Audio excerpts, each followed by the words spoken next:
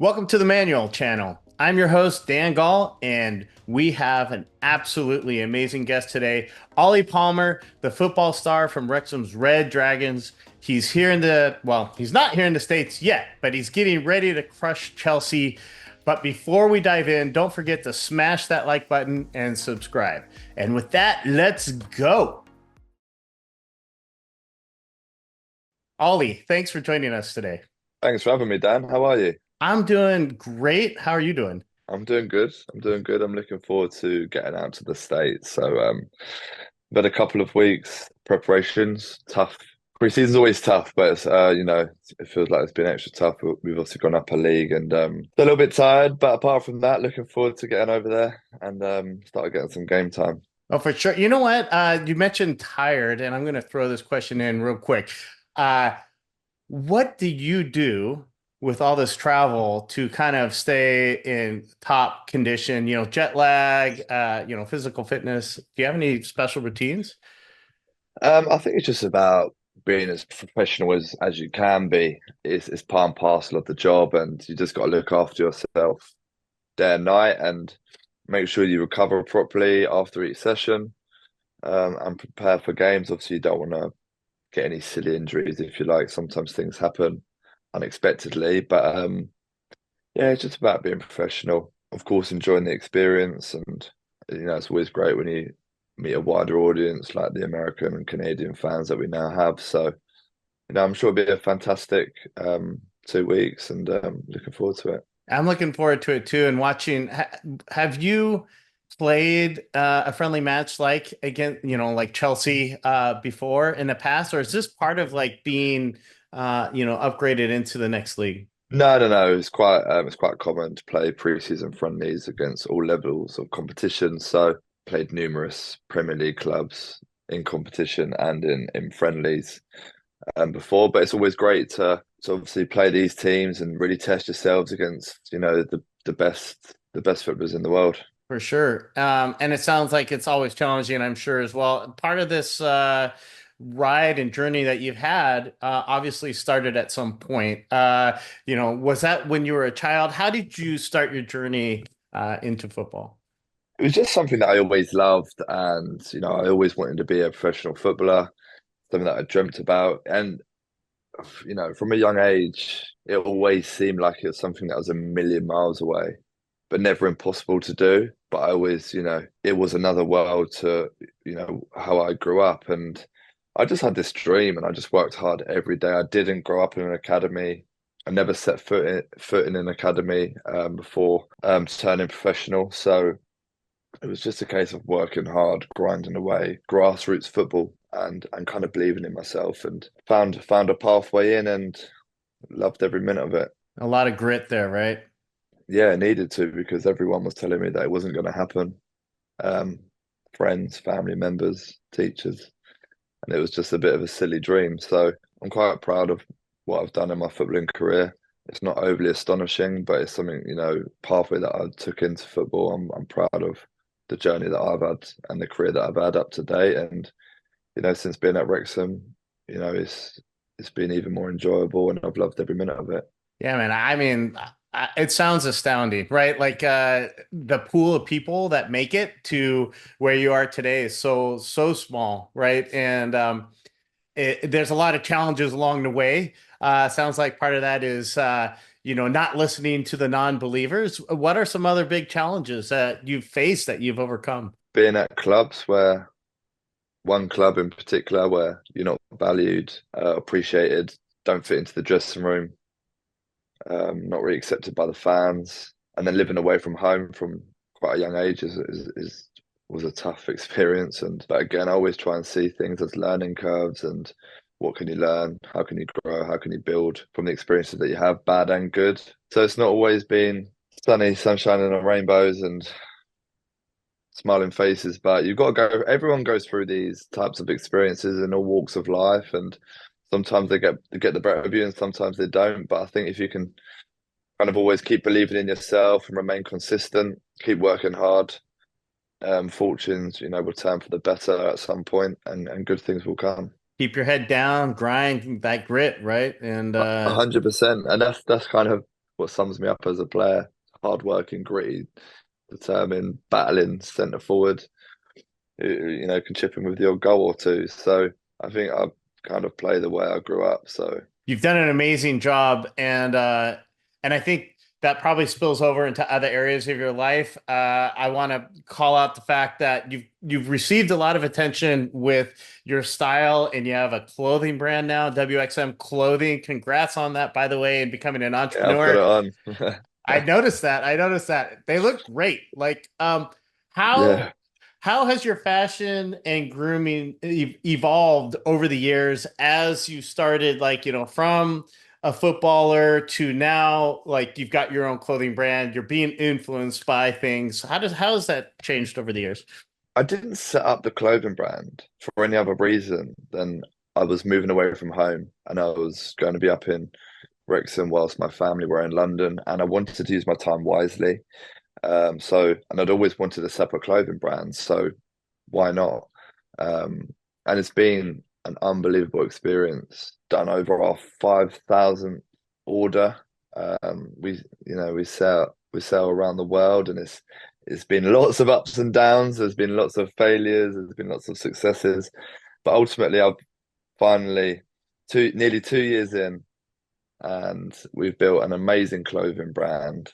Um, High quality, affordable prices, looks good, feels great. Always get compliments on the quality of the clothing, and I feel like I've built a real successful streetwear brand, which is growing rapidly, and it's something that I'm really proud of, and I feel like it represents the people of North Wales, and I'm glad to have built this with my partner, who lives in Wrexham, and to try and bring an apparel brand out of North Wales and sell it around the world. So I'm really proud of it, and it's going really well.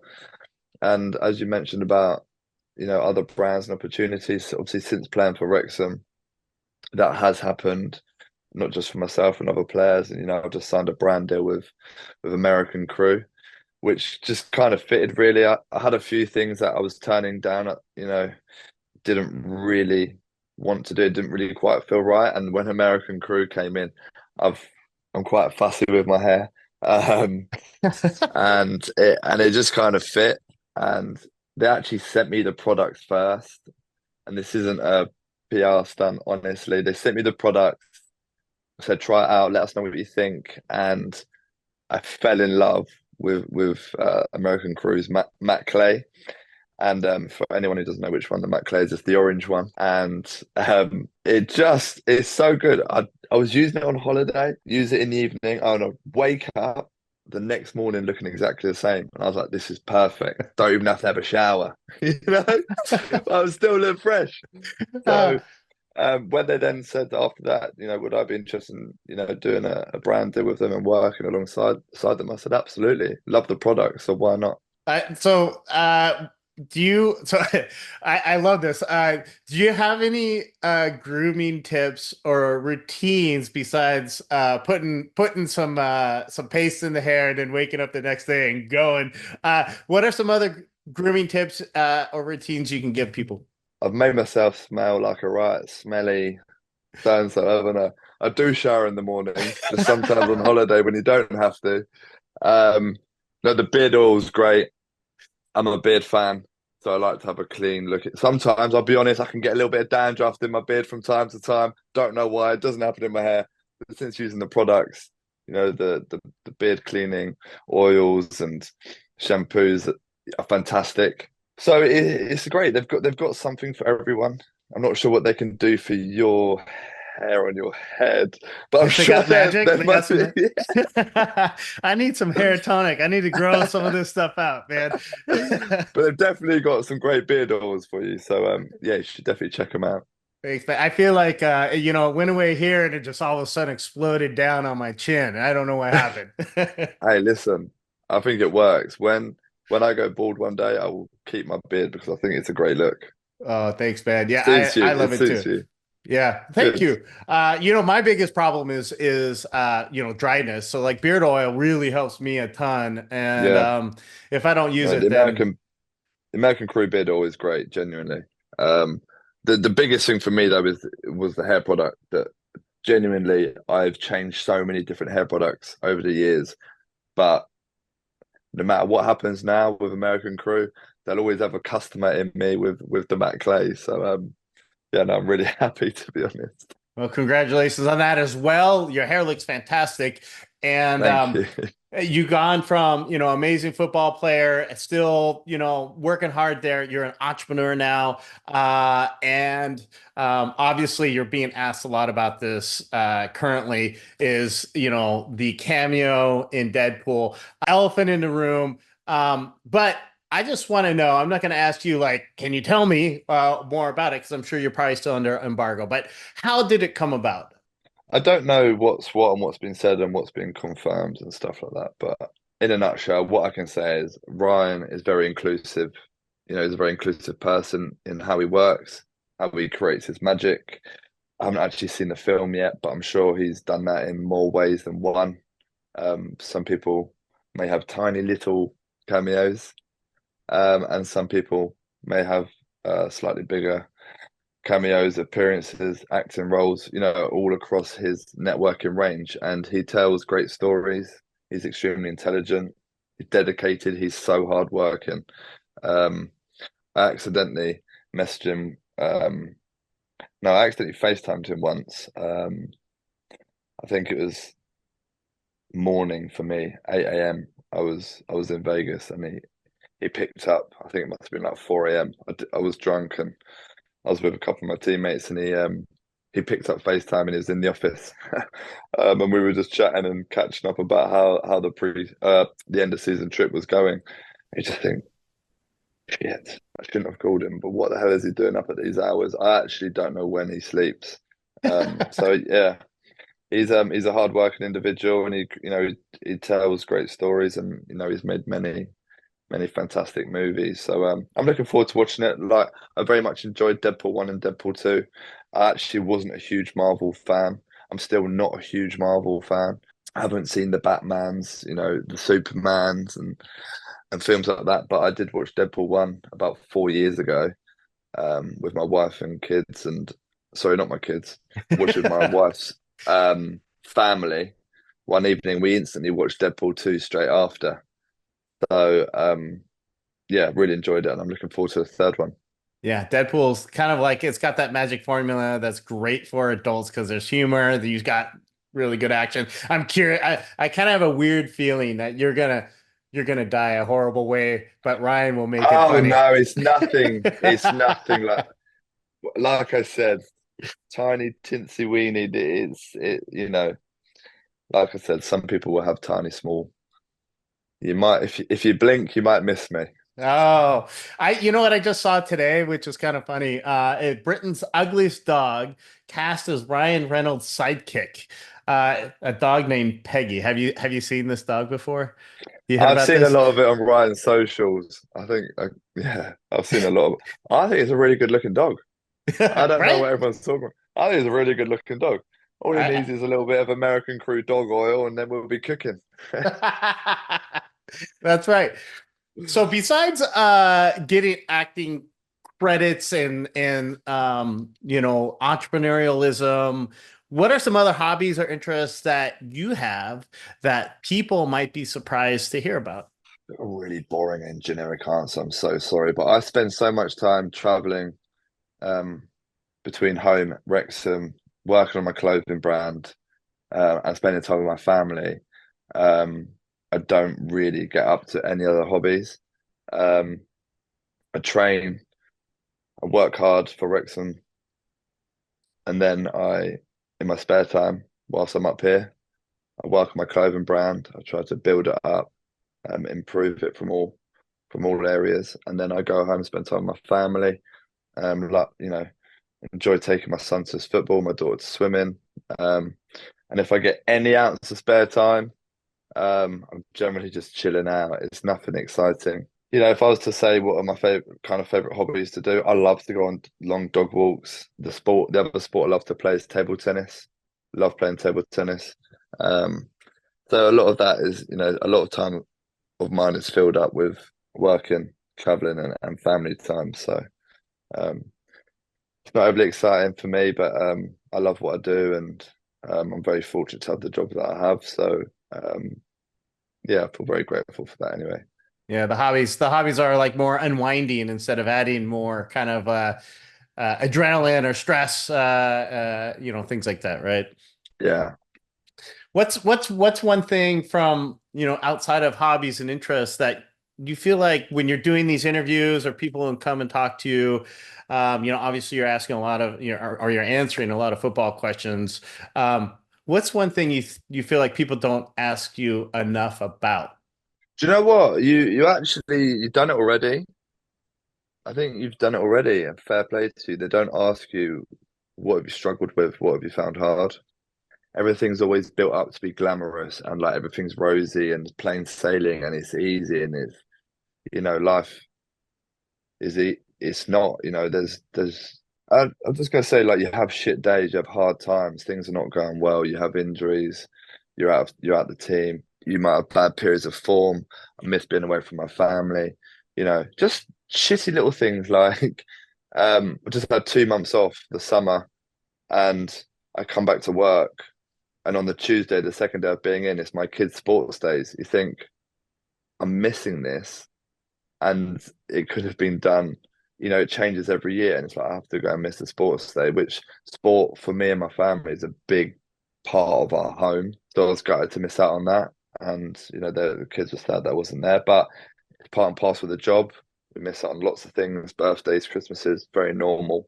But, I don't want to sound like I'm getting the violins out. Everyone's got tough lives, everyone's got tough careers. No matter how successful you are or you're not, you're going to have struggles and you've got to make sacrifices. And it's something I'm used to now, something that I'm obviously willing to do because I do it. So yeah, that's probably the questions. What you find, what you're struggling with at the moment, what's been tough. You don't really ever get asked that. You go, how good is it that you got promoted? How good was it to go on that winning run? How good was it to break that record? How cool is it knowing Rob and Ryan? How cool is it playing for Wrexham? What's he like? What's this like? What's that like? So yeah, it was quite nice that you asked me that. Yeah, hey man, we're all people.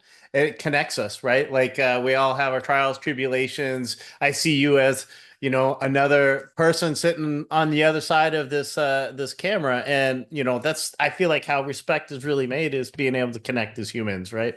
Yeah, exactly. 100% agree.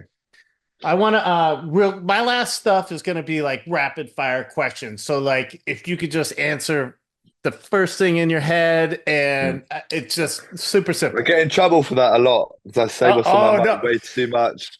That's perfect. That's what I want. That's what I'm looking for. All right. You ready? I'm gonna try and keep it as clean as possible. Yeah, go on. It's not too bad, man. Favorite movie of all time. Gladiator.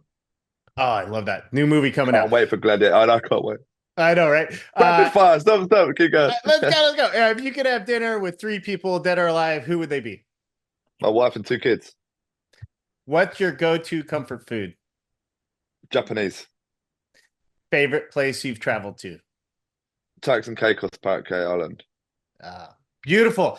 Those are my rapid fire questions. Not too tough, right? No, it's easy. Uh, all right, Ollie, it's been fantastic having you here today. But before we wrap up, is there anything else you'd like to share with your fans? No, just thank you for your support. It means a lot. For the American and Canadian fans, we're really excited to come over and meet some of you. Thanks for all your support. Because it's helped this club, it's helped this community grow. And it means a lot to us all. So yeah, just thank you. We're really appreciative and hopefully we can do you proud again next season. Well, I appreciate you as well. Thanks for joining us. Everyone, make sure you follow Ollie's journey on and off the pitch and go watch him against Chelsea July 24th in Santa Clara. Thanks for watching. We're out.